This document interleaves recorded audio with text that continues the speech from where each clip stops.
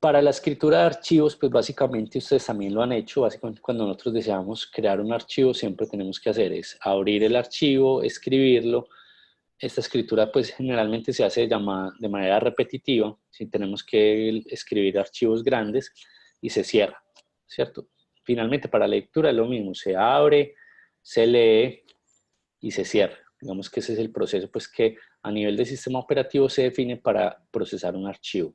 Abrir, escribir o leer y cerrar, ¿cierto? Básicamente esa es como la forma con la cual nosotros desarrollamos pues trabajo con archivos. Ahora, un elemento también importante que no lo enunciamos pues inicialmente es un acceso no secuencial. ¿Cómo podemos hacer un acceso no secuencial a un archivo? Entonces mire que primero tenemos que tener claro que cuando nosotros hacemos acceso a un archivo, se hace siempre un acceso secuencial. ¿Cómo así? Entonces un archivo en su descripción más básica, básicamente es un arreglo lineal de bytes, ¿cierto? Eso es un archivo.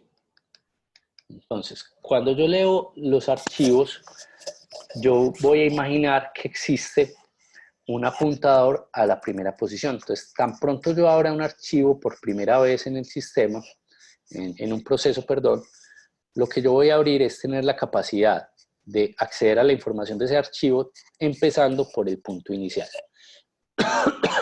Entonces, eso es lo que llamamos como un apuntador o como un posicionador pues, de ese archivo. Cuando yo leo, digamos, este archivo carácter por carácter, ustedes normalmente utilizaban una función que se llamaba fgetC, que básicamente es un wrapper, ¿sí? De la función write, leyendo un carácter, ¿sí? Cuando yo hago, perdón, de la función write, no de la función read, leyendo un carácter. Cuando yo hago esto, ¿sí?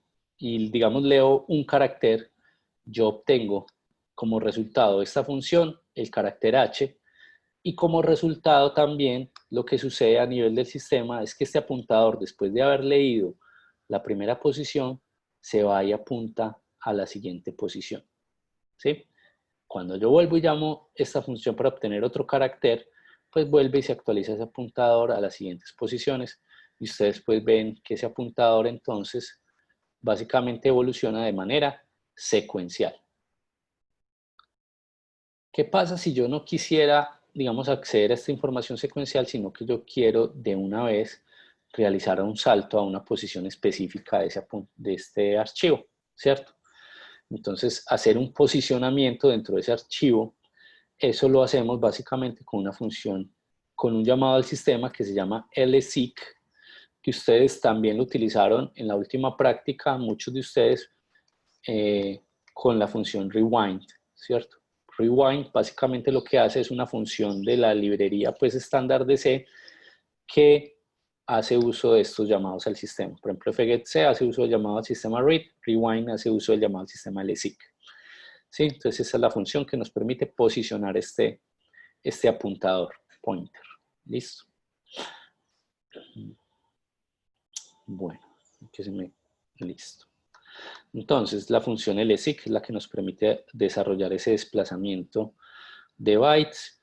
Esa función lseek pues recibe como llamado al sistema pues varios elementos, el descriptor del archivo, el offset con el cual yo quiero desplazar ese apuntador y cómo lo quiero desplazar, ¿cierto? Básicamente hay diferentes formas de desplazarlo, o sea, estos son como un flaco, unas opciones.